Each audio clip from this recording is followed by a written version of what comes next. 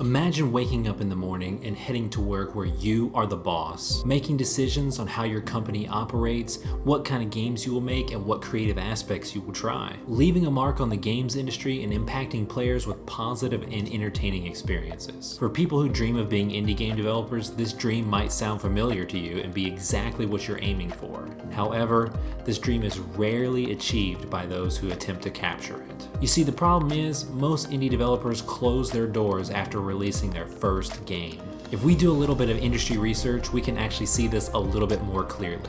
According to VGI, or Video Game Insights, on GameDeveloper.com, that as of February 2022, there were roughly 44,000 registered game developers on Steam. Of these 44,000, 75% have only ever released one game. I suspect the reason for this, or the main reason, is that many of these developers were not profitable and closed up shop.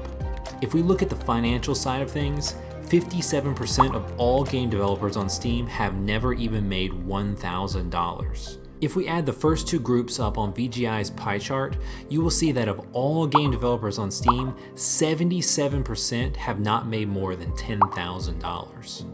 If we look at data from Statista.com, we can see that since 2004, right as Steam opened, the amount of games released on Steam has risen each year with only a few years of slight dips. 2021 to 2022 had the largest percentage drop in game releases in that entire period of 2004 to 2022. Which is Steam's entire history. 3,271 less games were released in 2022, a drop of around 30% compared to the previous year. Recently, I have seen a surge in viewers on my How to Start an Indie Game Studio for Almost $0 video, as well as received a few comments from people asking how to legally form and set up their new game studios. As we start the new year, 2023, and people are looking to chase resolutions, set goals, and follow their dreams to start making indie games, I figured I would make this video to give a few tips that helped me keep fighting and stay in business all these years. Keep in mind that all these tips are my opinions and may not work in every situation, but they have certainly worked for me. My first tip is keep your first game small, but development time is always key. With my time in the games industry, from what I've seen, people always tend to overestimate their projected sales income and underestimate the time it will take to complete their project. If you remember that chart we looked at earlier, only 3% of developers made more than $1 million, and that includes all AAA developers and Valve themselves. Most developers made somewhere between $0 and $100,000. So let's look at an example of why dev time is so important. If you spend 2 years making a game that only makes $15,000, that would be seen as a failure and most likely result in a studio closure. If you spend 6 months making a game that makes $15,000, depending on how you manage your time and money, you could grow from there, keep going, and see it as a success. Tip number 2 is to set your goals beforehand. Is this a hobby or is this an attempted career? If you want to make indie games for a living, that goal will require a different set of practices to achieve.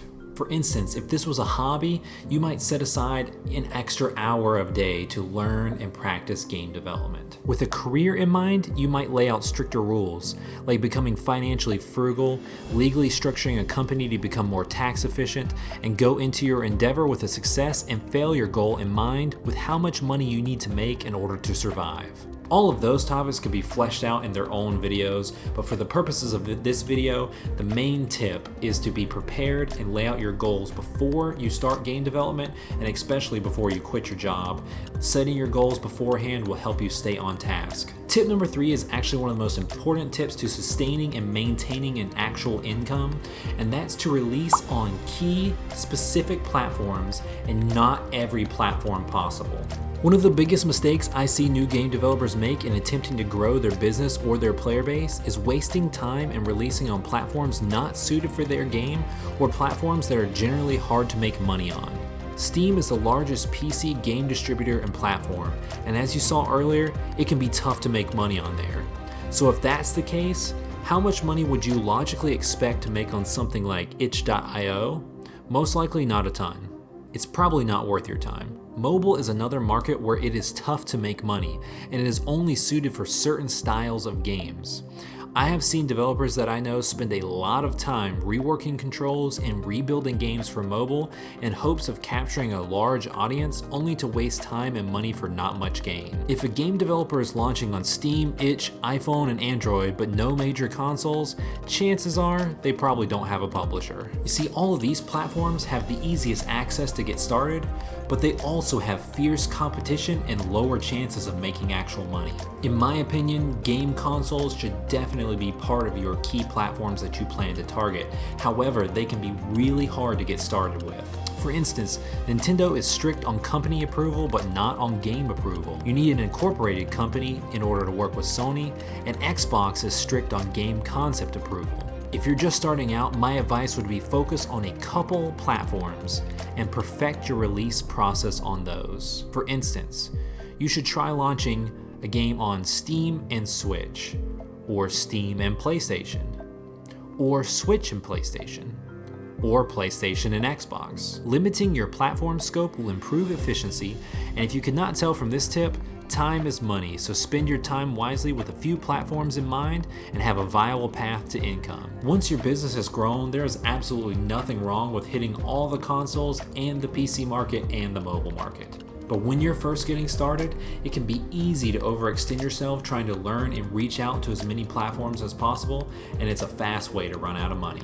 Tip number 4 is the last quick tip for this video, and it's to build an audience and market your game during development. Marketing will make or break your game, so start early and continue updating when you can. Twitter and YouTube are great places to start. If the reason you are making your game is for fun and for the game to be fun, chances are the audience building might just happen naturally. If you are building a game solely to make money, well, marketing might be a different challenge. Remember, video games are for fun and entertainment, so just have some fun with it. Alright guys, that's going to do it for today's video. If you liked any of these tips, be sure to crush that like button. If you want to see more game development content like this, be sure to subscribe. If you are in need of publishing assistance, you can fill out a form on our website at TreeFallGames.com. If you would like to support the channel, you can check out any of our games on Steam or on PlayStation, get textures at Polygon using my link, or support us on Patreon. All links are in the description below. Speaking of Patreon, before we go, I got to give a personal shout out to everyone who supports TreeFall Studios on Patreon.com. I gotta give a personal shout out to Carmen Red, Overhyped Gamer, and Shark and Minnow. Thanks for what you guys do for TreeFall Studios on Patreon.com. We could not do what we do without you. I hope this video was helpful to you all and that you all have a wonderful 2023. Alright guys, I will catch you in the next video.